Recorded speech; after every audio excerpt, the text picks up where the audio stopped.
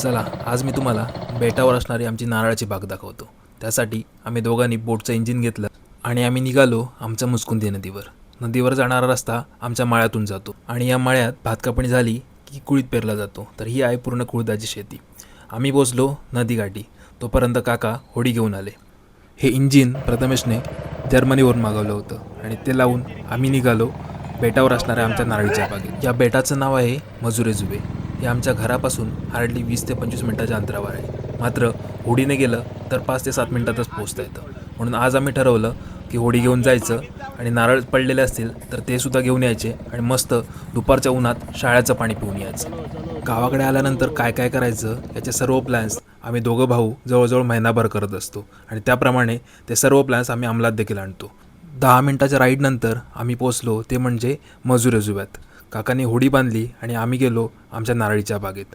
नारळीच्या बागेत गेल्यानंतर माझा मोह काही आवरला नाही आणि लगेचच मी नारळाच्या झाडावर चढायला सुरुवात केली। अर्ध्यावर गेल्यावर खाली पाहिलं आणि तारे चमकू लागले।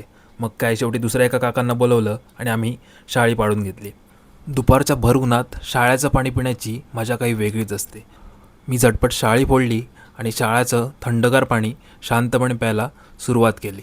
त्यानंतर शाळ्यामधला माझा सर्वात आवडता भाग म्हणजे ही मलई, आणि ही खाल्ल्याशिवाय नारळ पाणी प्यायलाचा फीलच येत नाही। थोड्या वेळानंतर आम्ही पडलेले नारळ उचलले, एका गोणीत भरले आणि निघालो परतीच्या प्रवासाला। होडीमध्ये नारळ टाकले आणि पुन्हा प्रथमेशने इंजिन सुरू केलं आणि आम्ही निघालो आमच्या घराच्या दिशेने। काका आमचे दिशा दाखवत होते। ऊन तर खूप वाढलं होतं, पण नदीतून होडीचा प्रवास करताना ते अजिबात जाणवत नव्हतं।